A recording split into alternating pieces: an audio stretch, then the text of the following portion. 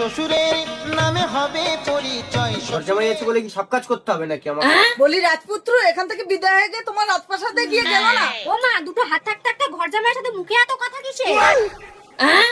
শালা বেশি কথা বললে ঘর জামাইয়ের মেরে গাল ফাটিয়ে দেবে। আয় মা, তুই তো আবার বেরোবি, চা বিস্কুটটা খেয়ে নে বেরো। আরে আরে কি করছো? তোমার চা তো নিচে। কি ওই প্লাস্টিকের ফাটা মগে, তাও আবার শুধু চা জামাইকে দিয়েছো?